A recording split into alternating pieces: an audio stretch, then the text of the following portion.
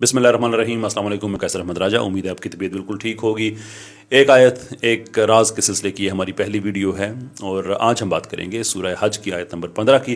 आइए पहले आयत सुनते हैं और उसके बाद फिर उस पर बात करते हैं। من كان يظن أن لن ينصره الله في الدنيا والآخرة فليمدد بسبب إلى السماء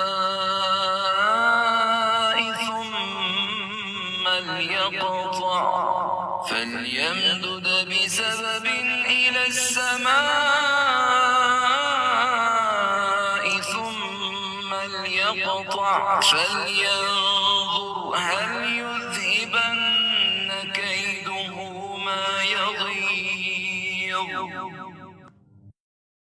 इस आयत में अल्लाह ताला ने एक बड़ा ही मोहब्बत भरा चैलेंज दिया है इंसान को। वो चैलेंज ये दिया है कि तुम अगर समझते हो कि तुम मुझसे नाउम्मीद हो सकते हो तो फिर ऐसा करो, अपनी जान लेने की कोशिश करो and let's see what happens. Now इस्तारतन ये बात कही गई है, ऐसा नहीं है कि हर इंसान ये तजर्बा ज़रूर करे, लेकिन सवाल ये है कि अल्लाह ताला ने ऐसा क्यों कहा।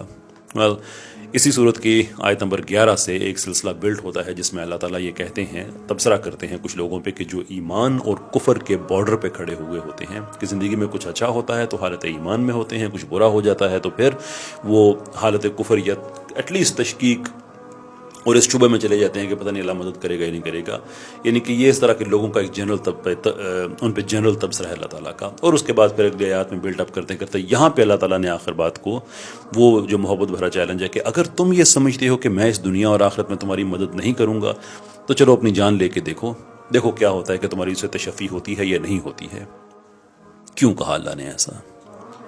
वेल अल्लाह ने ऐसा इसलिए कहा कि उम्मीद रब की तरफ से एक ऐसा तोहफा है जो कभी इंसान को छोड़ के नहीं जाती। हत्ता कि जब यकीन इंसान को छोड़ के चला जाता है तो उम्मीद उस वक्त भी नहीं जाती। यानी कहने का मतलब यह है कि जब जो यकीन छोड़ के चला जाता है तो देखें ऐसा होता है कि अपने शोबों के माहिरीन आपको आके यकीन दिलाते हैं कि जो नतीजा आप चाहते हैं किसी चीज़ में वो आपको नहीं मिलेगा। एम्पिरिकली ऑब्जर्वेशन के थ्रू आप देख सकते हैं कि जो नतीजा आप चाहते हैं वो आपको नहीं मिल रहा, लेकिन उम्मीद कहीं नहीं जाती।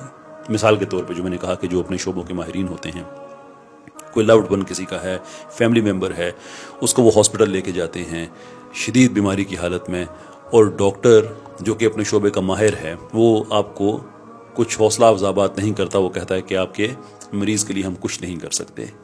तो वो अपने शोबे का माहिर है जो आपको ये यकीन दिला रहा है कि अब जो नतीजा आप चाह रहे हैं वो आपको नहीं मिलेगा, लेकिन दिल के अंदर एक उम्मीद फिर भी इंसान की रहती है कि शायद इन्होंने ठीक तरह से डायग्नोस्टिक्स ना किए हों, डायग्नोज ना किया हो, तशखीस ना की हो ठीक से, या शायद इनको समझ ना आया हो मर्ज। इससे भी आप एक कदम आगे चलें। अगर डॉक्टर ये कह दे कि हम आपके जो भी आप एक अपना फैमिली मेम्बर लेके आए थे हम उनको नहीं बचा सके, तो वो कन्फर्म कर रहा है कि वो नहीं बचा सके, लेकिन फिर भी डीप डाउन एक उम्मीद सी होती है कि यार कहीं मैंने गलत तो ना सुना हो, ये भी तो हो सकता है। इनका जो मेडिकल इक्विपमेंट है, जो मशीनें लगी हैं, कहीं उन्होंने तो मिसरीड ना किया हो, शायद पल्स चल रही हो। इवन देन कि जब यकीन साथ छोड़ के चला जाता है फिर भी उम्मीद रहती है। जहाज क्रैश कर रहा हो, एयर स्टाफ पायलट सब बता दे कि अब जिंदगी की कोई उम्मीद बाकी नहीं है, जहाज क्रैश की तरफ जा रहा है, कि यकीन है कि हम मौत की तरफ बढ़ रहे हैं, राइट। यानी कि वो जो यकीन है ना बचने का वो चला गया है और मरने का यकीन आ चुका है, लेकिन बचने के यकीन जाने के बाद भी वो उम्मीद दिल से नहीं जाती, फिर भी मोहम सी बात होती है कि शायद बच जाएं। ये अल्लाह ताला वो चैलेंज दे रहा है। ये बात है जो इस आयत में अल्लाह ताला कह रहा है कि जब तुम जिंदगी के बदतरीन लम्हात से गुजर रहे हो, जब इस कदर दर्द बढ़ जाए कि तुम्हारी चीखें भी तुम्हारा साथ छोड़ जाएं और सिर्फ आंसुओं के जरिए तुम अपने दर्द का इजहार कर सको, जब जिंदगी में तुम अपने आप को इतने बुरे तरीके से स्ट्रक फील करो कि अब मैं जिंदगी में कुछ भी नहीं कर सकता, कुछ भी नहीं हो सकता, तो उस उम्मीद को टटोलो। और ये जो अल्लाह ताला ने इसमें जो चैलेंज दिया है ना, जो मेटाफोरिकली जो बात की है कि तुम तो पूरे यकीन के साथ अपनी गर्दन में फंदा डाल के मरने के लिए जाओगे ना, कि पूरे यकीन के साथ, कि एक्सीडेंटली किसी फंदे में नहीं फंस गए, खुद जान लेने के लिए कर रहे हो, तो उस लम्हे में भी तुम्हारे दिल में उम्मीद होगी कि मैं बच जाऊंगा। I will live for another day to tell this story. I will live, learn something from it, and so forth. تو اس آیت میں اللہ تعالیٰ انسان سے یہ کہتا ہے کہ جب بھی تم اس قدر خود کو تنہا سمجھو، جب یہ وقت آ جائے کہ تم درختوں سے ٹیک لگا کے بیٹھے ہوئے ہو اور سوچ رہے ہو کہ یہ میرے ساتھ کیا ہو گیا، تو اس وقت ربط قائم کرو اس امید کے ساتھ جو میں نے تمہارے دل میں پکی پکی رکھی ہوئی ہے، اور اوپر دیکھو تمہیں ستارے نظر آئیں گے.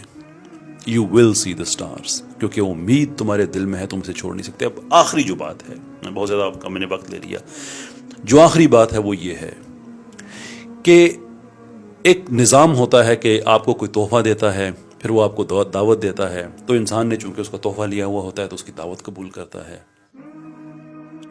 اللہ یہ کہہ رہے ہیں کہ دیکھو میں نے امید کی صورت میں تمہیں ایک ایسا تحفہ دیا ہے جو تمہیں کبھی چھوڑ کے نہیں جائے گا. تم نے یہ تحفہ لے لیا ہے، اب میری طرف سے دعوت ہے کہ آؤ یقین بھی رکھو. اب اپنا حوصلہ مت ٹوٹنے دینا. اب یہ نہ سمجھنا کہ تیرے رب نے تجھے چھوڑ دیا ہے. اب یہ نہ سمجھنا کہ تو یا بے یار و مددگار اس دنیا میں چھوڑ دیا گیا ہے. نہیں، میرا تحفہ لے لیا ہے، آؤ میری دعوت قبول کرو. تم یقین کرو. تم جب رب پہ یقین رکھو گے تو تمہارے لیے سب کچھ بدل جائے گا، کیونکہ اللہ کی ذات تو یہی کہتی ہے کہ دیکھو میری طرف ایک قدم بڑھاؤ تو صحیح. یہ ایمان ہے. میں نہیں تمہارے پاس سامنے آ کے کہوں گا، بالکل نہیں کہوں گا کہ میں اللہ ہوں مجھے مان لو، میں اللہ ہوں میری بات کا یقین کرو. میں نہیں کہوں گا. میرا تم سے رشتہ یہ نہیں ہے. میں نے سارے واضح دلائل تمہارے سامنے رکھ دیے ہیں، امید کا تحفہ تمہیں دے دیا ہے، اور اب کہتا ہوں کہ اب یقین کرو مجھ پہ، میری دعوت کو قبول کرو. تم ایک قدم بڑھو، میں 10 بڑھوں.